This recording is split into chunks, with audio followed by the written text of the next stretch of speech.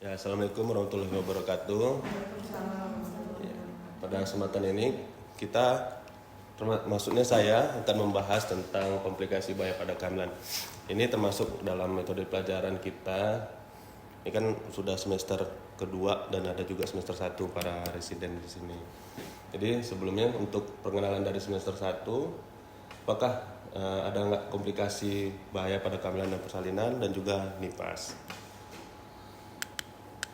Tujuan utama untuk pembahasan kali ini adalah kita harus menyelamatkan ibu dan juga bayinya, karena kita akan mengurangi angka kematian ibu dan juga para bayi. Mungkin dari materi sebelumnya kita udah juga membahas apa saja bagaimana untuk cara untuk menolong persalinan, terus fisiologis normal untuk bagaimana caranya kita menangani pasien kalau sudah datang dalam pembukaan yang aktif atau tidak aktif. Itu untuk yang materi sebelumnya. Jadi apa aja yang perlu kita capai pada pembelajaran ini adalah kita mampu menjelaskan apa aja masalah yang ada di ibu hamil. Kemudian kita harus tahu penyebab kehamilan dari risiko tingginya dan apa aja tanda bahaya pada kehamilan. Dan ini baru kita masuk ke poin-poinnya, bagaimana cara kita menangani apabila ditemukan kasus seperti HEG, kemudian apakah terdapat pendarahan sewaktu kehamilan atau postpartus. Bagaimana juga tata laksananya, ya. Ini semua tuh capaian pelajaran yang harus kita capai. Intinya untuk menyelamatkan keadaan dari ibu dan juga bayinya. Ini adalah masalah-masalah yang paling umum yang terjadi pada ibu hamil. Paling sering itu adalah anemia, sekitar 40-40%. Ibu hamil pasti akan mengalami anemia. Maka kita harus selama ANC atau antenatal care, kita harus menerangi atau memberitahu pada ibu apa aja gizi yang harus dimakan, kemudian obat-obatan apa, vitamin apa yang bisa menambah dari asupan selama ibu itu hamil. Kemudian diikuti dengan kekurangan gizi dan juga ada penyakit-penyakit lain yang menyebabkan angka kematian ibu tertinggi. Ini ada malaria yang paling berbahaya, kemudian diikuti dengan penyakit infeksi menular seperti HIV, sifilis. Ini untuk risiko tinggi, jadi penyebab-penyebab hamil risiko tinggi kita harus tahu bagaimana menangani kondisi medisnya dan juga apakah ada trauma dari luar atau dari dalam untuk risiko tinggi. Nah, sebelumnya kan kita sudah membahas bagaimana atau apa saja yang dinamakan dengan persalinan atau tanda-tanda infartu pada kehamilan itu. Ini tanda-tanda bahayanya seperti keluar air-air, apalagi ada pendarahan dari kemaluannya. Kemudian ada nyeri yang sangat berlebihan. Dia bisa muntah-muntah yang menetap, itu juga termasuk tanda bahaya. Apa kalau jika muntahnya itu berlebihan lebih dari 3-5 kali sehari, ya. Kemudian diikuti dengan nyeri ulu hati. Ini termasuk tanda bahaya dalam kehamilannya. Paling sering pada ibu hamil apabila trimester ketiga, dia akan mengalami apabila disertai dengan tekanan darah tinggi, ini akan disertai dengan sakit kepala berat atau juga mata kabur serta pusing. Ini harus kita ketahui apabila kita memeriksa ibu hamil di IGD ataupun di tempat klinik kita sendiri. Ini komplikasi apa yang bisa tercapai dari hiperemis atau hipovolemik yang sudah saya jelaskan tadi, ya. Bagaimana kita menangani contoh apabila ada pasien dengan muntah-muntah, temuan muntah. Ini komplikasi kehamilannya seperti HEG. Jadi HEG ini sendiri, seperti kita udah bahas sebelum, sering terjadi di trimester pertama. Jadi masuk trimester pertama itu di bawah 14 minggu. Di bawah 14 minggu usia kehamilan, karena hormon kehamilannya akan jauh meningkat tajam, maka dia akan mengalami mual dan muntah secara berlebihan, ya. Kemudian ini akan diikuti dengan ketidakseimbangan asam basa dan juga elektrolitnya. Jadi pada ibu hamil trimester pertama kita harus wanti-wanti nih. Ini komplikasi yang bisa terjadi terhadap pasien atau ibu hamil itu sendiri. Bagaimana kita tata laksananya? Pastinya kita akan memberi terapi cairan pada ibu hamil. Kita harus lihat apakah nutrisinya adekuat masuk ke dalam tubuh selama trimester pertama, atau juga kita harus mengkoreksi labornya seperti natriumnya, kemudian apakah dia kekurangan elektrolit lainnya. Kita harus mengkoreksi dengan terapi cairan rehidrasinya.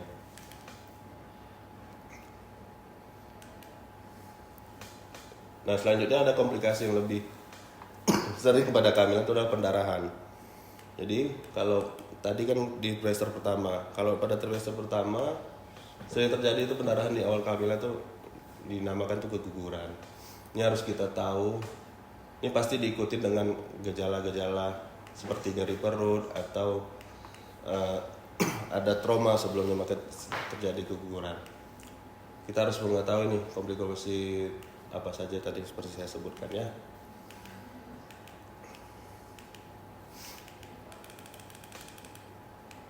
Nah, tadi sudah bahasnya ada komplikasi yang selanjutnya pada awal kehamilan atau trimester pertama. Awal kehamilan itu maksudnya tadi trimester berapa? Pertama, usia kehamilannya? Kurang dari 14 minggu ya. Jadi kalau kita harus pantau atau kita harus mengetahui nih apa saja yang menyebabkan terjadi pendarahan. Jadi kurang 14 minggu itu ada beberapa tipe yang sering terjadi di awal kehamilan itu, trimester pertama. Ini ada dinamakan dengan ancaman, sedang terjadi atau tersisa. Sering disebut dengan apa, Putri? Kalau yang ancaman ini? Abortus iminen, ya.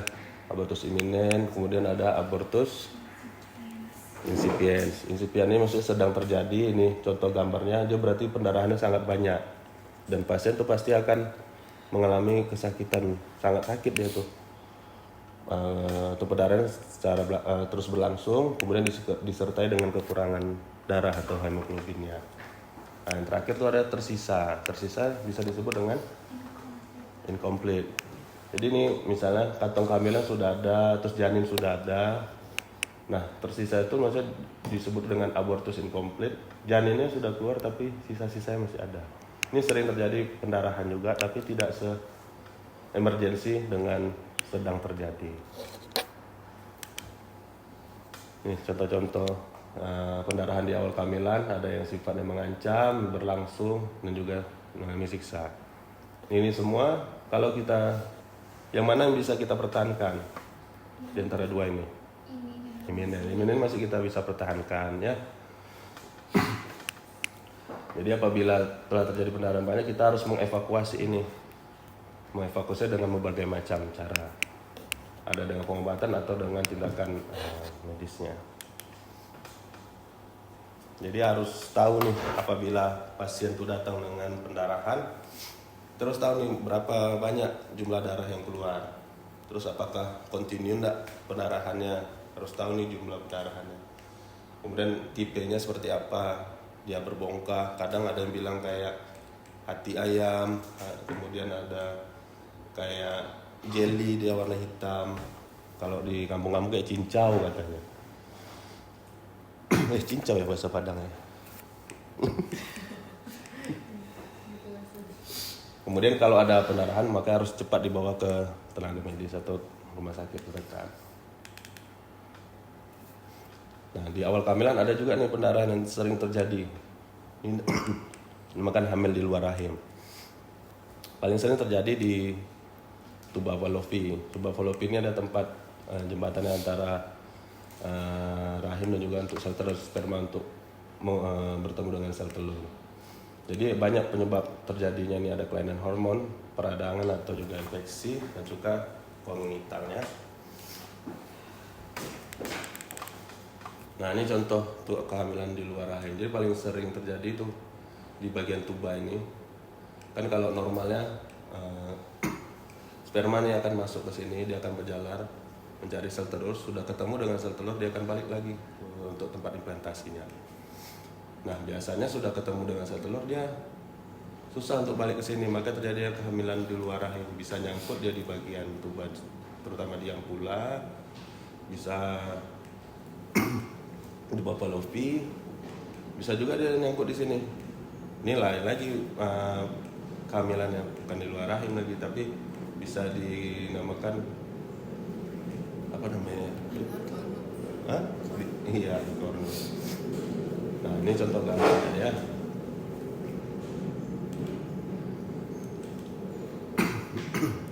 Ini untuk gambaran anatomi pada wanita.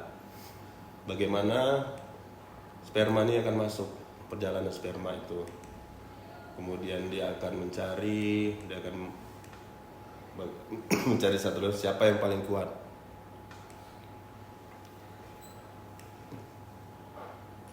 Kalau ini bagus spermanya, dia akan sampai ke sel targetnya atau sel telurnya.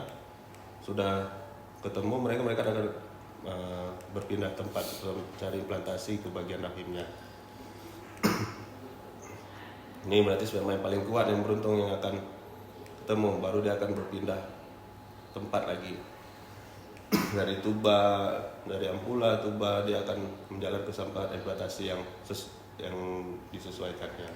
Nah, di sini baru terjadinya kehamilan. Di sini dia sering terjadi nih. Nyangkut di sini apabila kehamilan ektopik ini. Itu berarti dinamakan dengan ektopik pregnancy ya.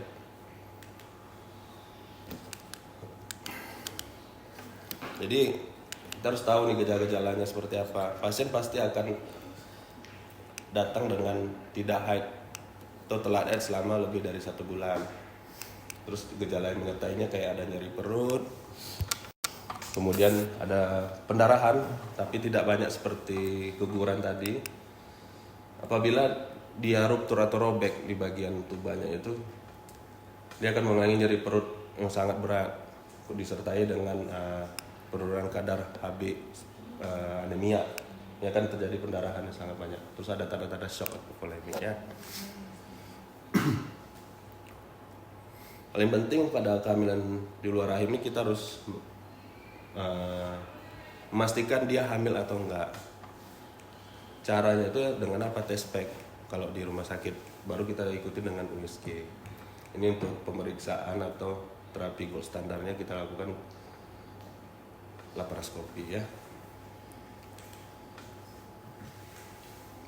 Kemudian komplikasi setelahnya selain pendarahan itu ada keluar air-air.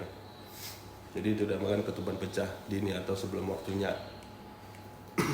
Ini biasanya di bawah 36 minggu sering terjadi karena usia TRM itu dikatakan di bawah 37 minggu ya. 36 minggu. Kemudian ini beberapa tips yang harus kita lakukan jika mendapati kasus ketuban pecah dini atau sebelum waktunya. Tetap kita akan melakukan analisa penulisan fisik dan juga tulisan penunjang. Tapi kalau dapatkan diagnosa dengan usianya segini, kita bisa melakukan pematangan paru atau dengan totality ya. Ya, apa saja yang harus kita periksa seperti biasa. Dia harus bed rest total, kita harus memeriksa nih detak jantungannya apabila dia dirawat. Kemudian apakah ada pendarahan, disertai pendarahan atau tidak, ketuban pecah. Nah, tadi kan sebelum melahirkan, kemudian lagi melahirkan. Ini setelah melahirkan lagi. Setelah melahirkan itu berarti anaknya sudah lahir, sering terjadi pendarahan-pendarahan. Banyak macamnya yang menyebabkan pendarahan setelah kehamilan. Nih, jadi dikatakan dia pendarahan postpartum itu lebih dari 500 cc. Jadi setelah dari bayi yang lahir ya. Penyebabnya itu banyak. Jadi bisa yang harus diperhatikan itu ada 4T. 4T itu maksudnya adalah tonus, trauma, tisu dan juga trombin. Ini harus kita sangat penting nih. Paling sering ini kalau kelemahan dari ototnya paling sering terjadi sekitar 70%. Itu maksudnya otot rahim. Otot rahim tidak berkontraksi, dia akan mengalami atonia atau hipotoni, terus pendarahannya juga akan terus keluar. Kemudian trauma, T kedua itu trauma, kemudian jaringan dan juga trombin. Trauma ini seperti ada robekan di dinding vaginanya atau di bagian perineumnya. Kemudian apakah ada jaringan yang tertinggal, itu tisu. Kemudian gangguan dari pembukuan darahnya, itu trombin, sekitar 1% kejadiannya. Jadi harus kita tahu kalau emang sudah paham dengan APN itu, manajemen kala 3 kita harus pantau ini semua ya setelah bayi lahir.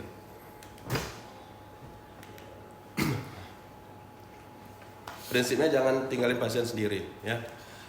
Minta bantuan, harus kita tahu prinsip jalan napasnya bagus, baru terapi cairan, diikuti dengan terapi cairan, baru cari sumber pendarahannya.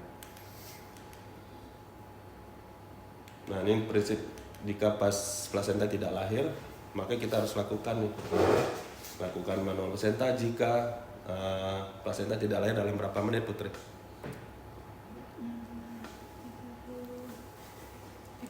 30 menit ya. 30 menit tidak lahir baru kita melakukan tindakan selebihnya. Kita sebelumnya akan memberikan oksitosin, ini namanya manajemen aktif skala 3. Oke. Apabila tidak lahir juga baru kita akan merujuk pasiennya. Kalau kalian di tempat di dalam puskesmas atau tidak. Kalau di rumah sakit kita bisa melakukan ini semua. Nih, apabila kontraksi lunak atau rahimnya tuh lunak, kita harus melakukan ini kompresi bimanual. Nah, ini bisa kompresi bimanual ini kita masukkan tangan kita ke dalam vagina. Ini akan pembahasannya akan lebih lanjut di materi selanjutnya. Ini kita secara umum aja terlebih dahulu ya. Pengenalan bagaimana kita mengatasi apabila terjadi pendarahan setelah partus ini. Ini obat-obat yang harus tahu ya, ada yang oksitosin, target juga misoprostol. Ini akan memperkuat dari kontraksi dari rahimnya sendiri. Kemudian ada komplikasi hipertensi juga. Yang paling penting selama kehamilan kita harus tahu tensi normal itu berapa. Jadi kita harus tahu di bawah 140/90 ini dikatakan normal pada pada ibu hamil.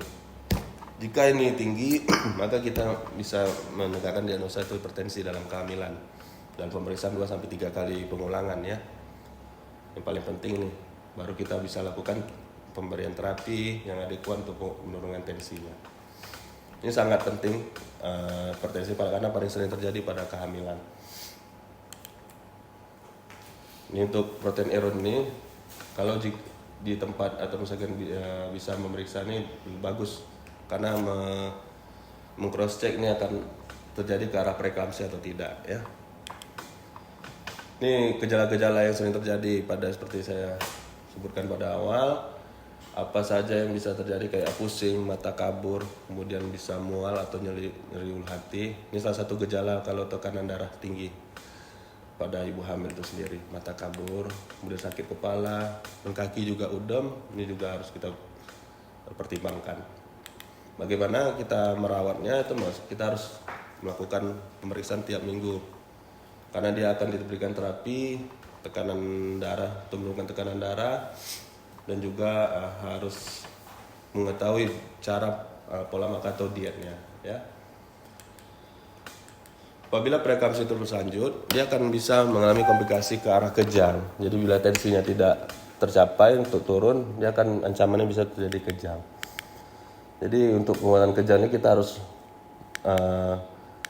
pandai melakukan pemberian terapi. Paling utama itu antihipertensi, kemudian anti kejang dan juga pemakaian kateter. Jadi apabila di daerah kalian tidak memiliki terapi ini, maka kita bisa merujuk pasien dengan preeklamsi ini sendiri.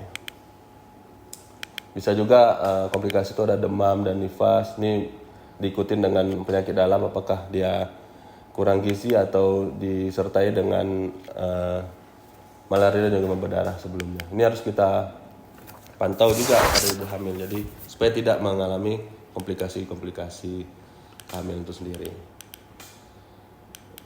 Nah ini kalau sudah masa nifas, sering terjadi pada nifas itu ibu sering nyeri pada payudaranya. Dikarenakan apa? Karena dia ASI-nya tidak keluar, menumpuk di dalam, maka dia akan bisa memerah di bagian payudaranya. Makanya harus kita lakukan memberikan tata laksana yang tepat pada ibu hamil itu sendiri, pada ibu yang nifas tuh sedang menyusui. Dilakukan breast care terutama. Kita harus pandai itu cara menjelaskan breast care supaya ASI-nya bisa keluar. Oke. Mungkin ini penjelasan tentang apa saja komplikasi yang bisa terjadi pada kehamilan, persalinan juga masa nifas. Mungkin ini termasuk jembatan untuk kita memiliki materi selanjutnya ya, untuk bahan kuliah selanjutnya capaian pelajaran bisa diikutin. Mungkin dari teman-teman ada yang mau menanyakan? Dari Dokter Putri ada yang mau tanya kira-kira? Izin bertanya dok, kan tadi untuk tata laksana dari ketuban terjadi kalau 32 sampai 35 minggu itu diberikan propolitik. Ya. Kalau yang lebih muda dari usia tersebut bagaimana tata laksananya? Jadi kalau untuk terutama kita yang penting kita harus tahu berapa usia kehamilannya tadi kan. Kalau di bawah 30 minggu dan kita harus diikuti nih apakah pasiennya keluar airnya secara terus menerus atau tidak. Peratasannya hampir sama, dia harus beres total. Kemudian kita harus pantau nih detak jantung selama 4 jam. Kemudian bokongnya harus ditinggikan apabila pasiennya mengalami keluar airnya secara terus menerus, secara kontinu. Jadi kita selama tidurnya bokongnya harus kita tinggikan. Berapa derajat, Dokter Tia? Berapa derajat? Tinggikan bokongnya? 30 dan 20 derajat. Jadi harus ditinggikan itu. Jadi pengobatan tetap sama, kita harus lakukan ekspektatif.